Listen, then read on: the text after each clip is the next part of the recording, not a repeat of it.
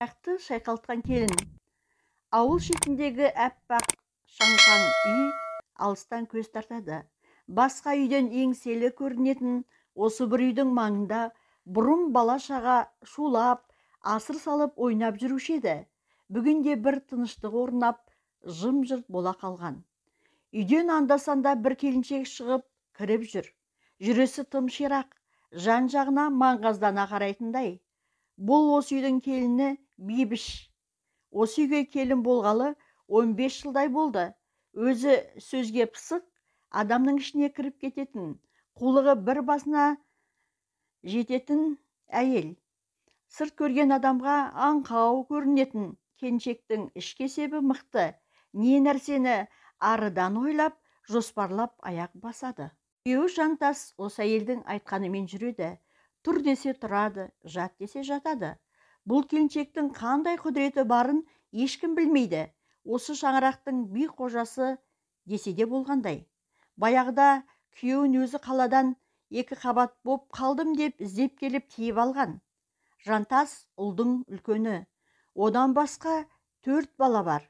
Барлығы бүгінде қалада тұрып жатыр. Әкесі ұзақ жыл бойы қызметте болған.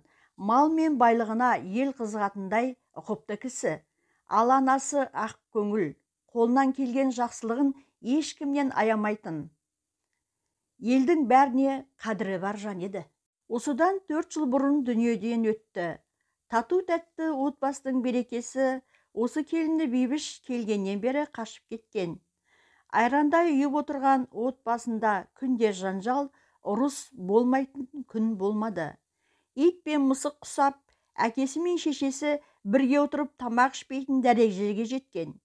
Төсектерін бөлек салып, 40 жыл отасқан ерлі-зайыптылар бір-біріне қырын қарады. Көбіне Халима басқа қалада тұратын 2 қызының үйінде айлап жатады. Сүйіп қосылған күйеуі Мырзашпен неге осылай өзгеріп кеткенін білмей басы қатты. Ұзақ түнде ойланып көз ілмеді. Жақсы келін құт, жаман келін жұт деп тегін айтпаған-ау. Бибіш келгелі бұлардың өмірінің шырқы бұзылды. Халиманың соңғы кезде ас қазанына ас батпай мазалап жүргеніне де біраз бопты. Қызы Айгүл дәрігерге апарып көрсеткен. Дәрігер жүрегіңіз әлсіз соғады екен деп бір дәрілерді жазып берген. Соны ішкенімен әлгі аурудың басылар түрі жоқ. Екінші қызы Назым өткенде бізге келсеңші, дәрігерге қаратам деп еді. Соған барып мына ауруына ем болар дәрі-дәрмек алмаса болмас деп бір ойлап қойған. Соңғы кезі ұйқысы да қашып кеткен. Осылай ой басып, көзі бақырайып таңды атыратын болған. Бір кезде көрші бөлмеден келіні мен ұлының қатты шыққан дауысын естіді. Сат ана малдарды, әкең айт, сатамын деп. Маған қысқы киім керек, былтырғы киімді тағы кием бе? Малды не үшін асырап отырсыңдар?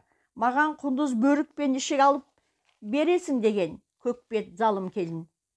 Ұлы мыңқылдап, қойшы Бибіш, өткенде ғана 2 бас жылқыны сатып барақшан өзіңе бердім ғой. Былтырғы құндыз ішігің бар ғой, оның бәрін не істейсің деген еді. Келіні болса өршілене, Жантас, жынымды келтірмеші, айттым бітті, сатасың деп соңында сыңсып жылап жіберген. Халима ұлының дәрменсіздігіне за болған. Қой, мен Алматыдағы қызым Назымның үйіне барып 1-2 ай жатып келмесем болмас. Сол жақтан дәрігерге де қаралып, біраз құлағым тыныш болар. Өз үйіме өзім сыймадым-ау деп терең күрсінген. Кетейін десе немересі Нұрымды қимайды. Әжелеп бұның мойнын асылып бетінен сүйіп қояды. Періште сәби не білсін? Әжесіне анасы Бибіштің күн көрсетпей отырса опақ, тұрса сопақ қылып отырғанын. Кейде әжемнің қасына жатам деп қиғылық салса келіні оңашада әжең кәкәй деп кішкентай баланы оқытып қояды. Балалыйдың ұрлығы жатпас деген ғой. Бірде шай үстінде Нұрым, апа әйеш, мама кәкәй дегені, за болған Бибіш ұлын желкесінен ұстап өз бөлмелеріне апарып сабап тастаған. Араша түскен енесіне, сендердің нелерің бар, ұрсам өз баламды ұрдым, араласпаңдар деген. Екі көзі шатынап. Ал күйеуі үн-түнсіз шайын сораптай берген. Халиманың ауру жүрегі езіліп кеткендей қатты шаншыған. Сонымен Халиманың қызы Назымның үйінде жатқанына тура ай болыпты. Негізі қыз бала анаға жақын болады ғой.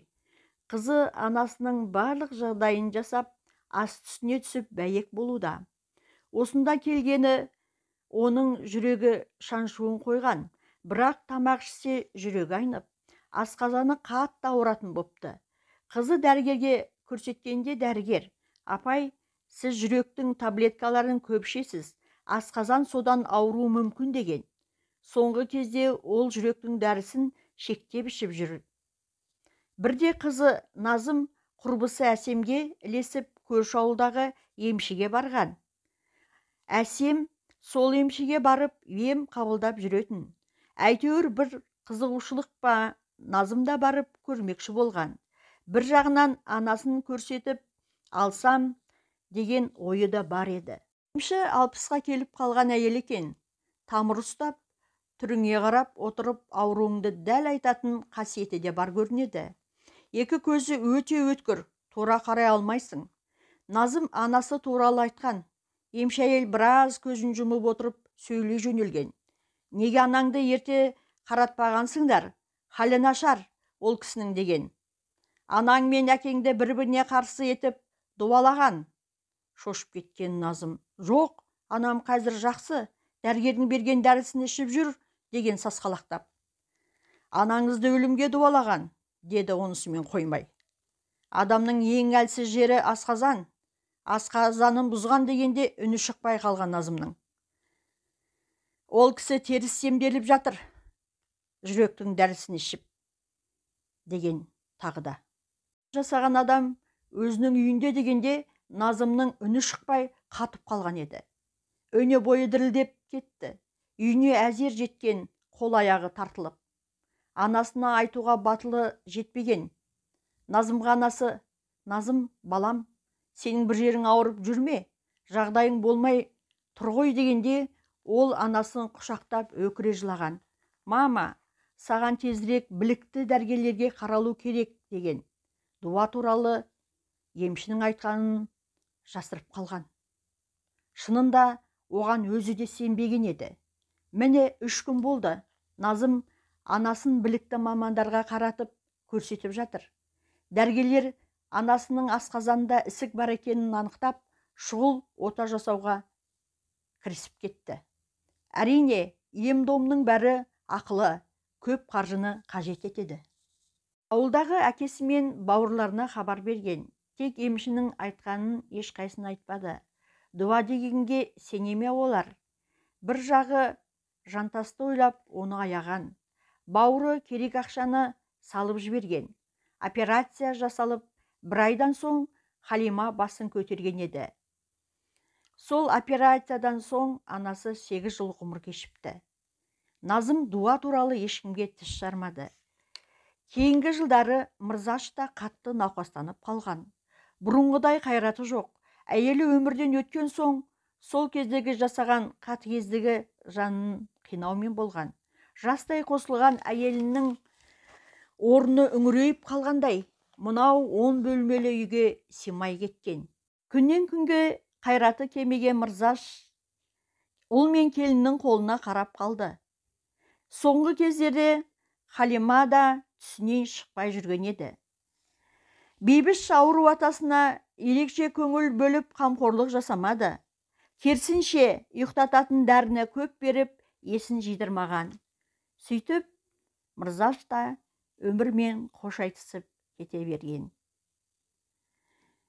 Билікті қолына мықтап ұстағандай болған Бейбіш сырттай оқуды бітіріп, маңына өзінің туған туысын жиып алған.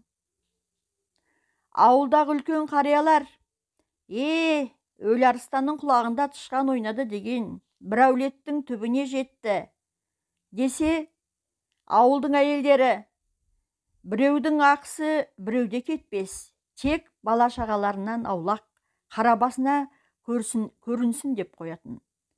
Бейбіш болса, қымбат киімдер киіп, қаладан үйді сатып алған. Өмірі өзіне бір жұмақта елестеп жүріп жатты. Соңғы кезде Бебіштің омырауы қатты шаншып ауыратын болды. Бірде облыс орталығына барып, дәрігерлік тексерістен өткенде омырауынан ісік табылған. Бүгінде Бебіш жаратушыдан өзіне өмір тілеп дұға етуде, Алланы аузынан тастамайтын болды. Ал күйеуі Жантас пен екеуінің арасы күннен күнге суып барады.